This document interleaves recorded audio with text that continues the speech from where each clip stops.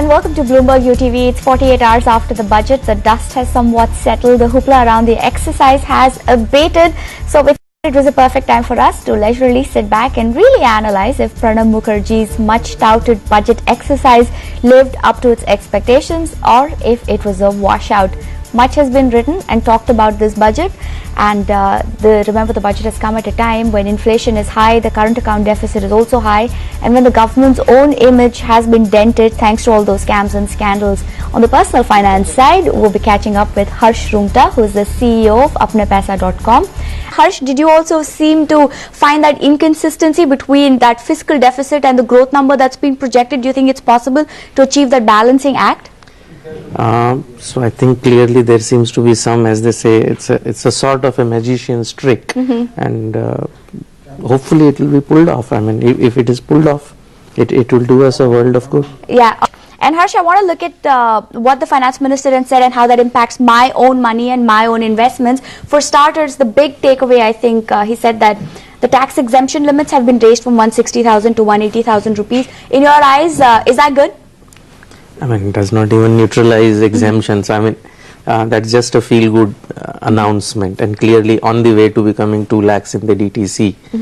So it's just a temporary stopgap, just feel-good announcement. But you're not very impressed with that, because it puts maybe 2,000 extra rupees in your pocket every so month. That's not much. I think what really, if at all you look at the impact, is said that the direct tax is going to cost him 11,000 crores. So the big impact probably is in that 65 to 60, moving the senior citizen definition from 65 to 60. Now, therefore, those people jump from 160, which they were currently, to 250. So it's a good thing for senior citizens who are finally above 60. Above 65, it just jumps from 240 to 250. And he's got this super category class of 80 plus, but that's such a small minority. I don't think it makes, it's a great move. It just affects very few people. Okay. I think apart from the tax exemption, there are a lot of positive things that he has announced. I only hope they get implemented. Like? So the biggest thing I found was this housing guarantee fund, the mortgage guarantee fund, meant for lower income and economically backward section.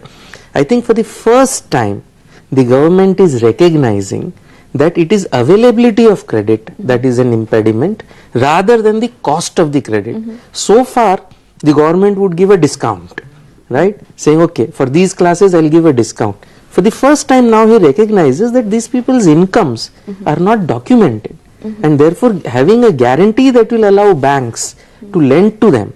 Right. And that is a major thing. Of course, all the surrounding things that he has done, giving SOPs to the developers who develop affordable housing, plus this guarantee fund, plus that 1% subvention, a discount that he has announced. I think the three put together should finally give a push. May not be in the major cities, because you just don't have houses that cost 25 lakhs in major cities, but at least if you just leave the top 2-3 metros, in the other metros, I think we'll finally see a push towards genuinely affordable housing. Right. So I think that's the recognition is important. I hope an education guarantee fund was promised long ago, about 5 or 6 budgets ago. It was promised by Mr. Chidambaram. I think as a movement towards guaranteeing credit, I think it's a very, very positive step. So you're saying the intent is there, but now we have to wait to see if it works on the execution front. And what you were referring to all this while is that in his speech, the FM, of course, had said that there would be a 1% interest subvention on home loans of up to 15 lakhs and where the home does not exceed 25 lakhs. Basically, it's a push towards more affordable housing. And anything interesting that you saw on the mutual fund side? Now we'll have foreign investors able to invest, via mutual funds in our equity markets. What did you make of that?